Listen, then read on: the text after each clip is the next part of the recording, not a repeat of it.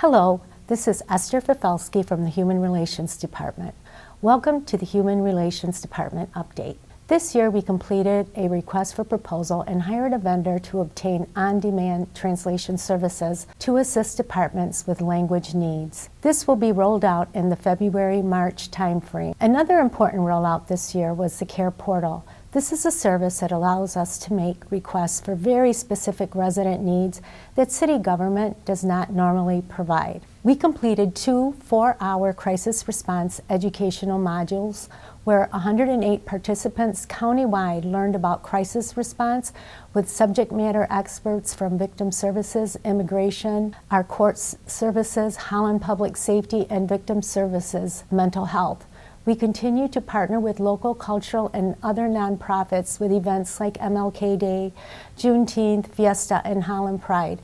We hosted our annual fair housing event this fall and have one other event scheduled in the spring. Year to date, November 30th, the Human Relations Department continues to address and assist with a variety of resident concerns. Specifically, we addressed 203 general resident concerns, 119 tenant landlord concerns, 12 alleged discrimination concerns, 5,128 instances of requests for language assistance or interpretation. In fiscal year 2026, the department will continue the work of their regular workload and transition back to community education and awareness events and come alongside the work of the Human Relations Commission and leverage some of the DEIA work that we are doing internally. In fiscal year 2026, you will see the Human Relations Commission in a strategic light as they use their voice in the community.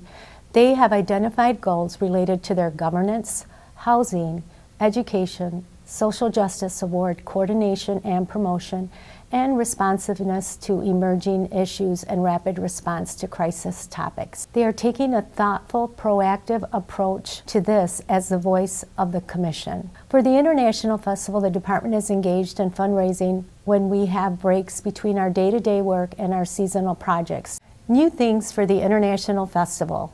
We rededicated the immigrant statue at Collin Park.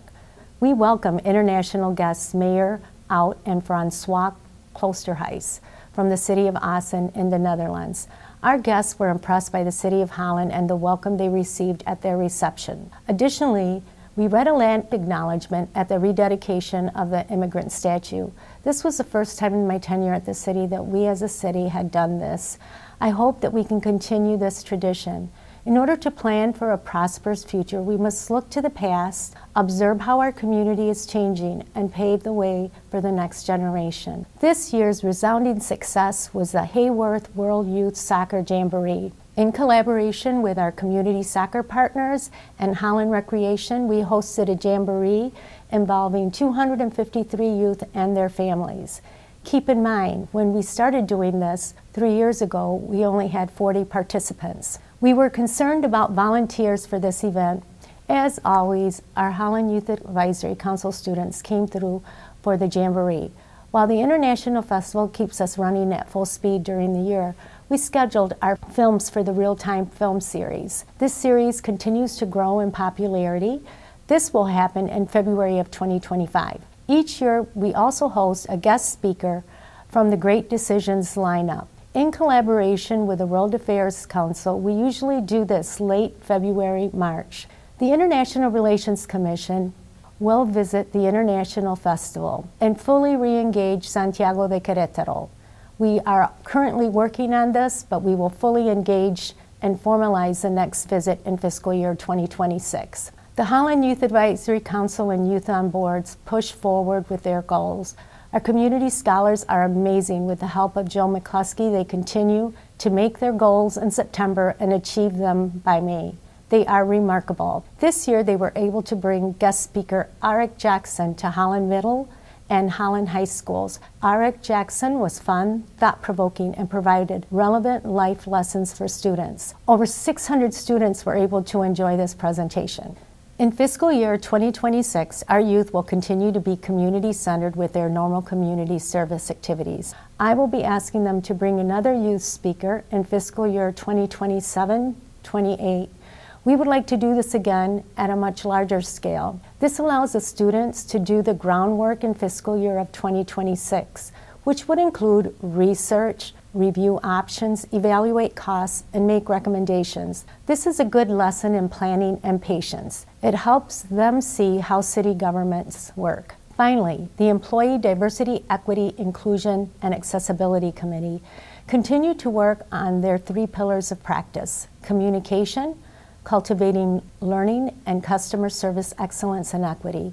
This year we conducted 3 Know Your Community Lunch and Learns related to immigration on the Lakeshore, LGBTQ 101, and neurodiversity in the workplace. We conducted 2 microaggressions in the workplace training module. The DEIA committee continues to work diligently.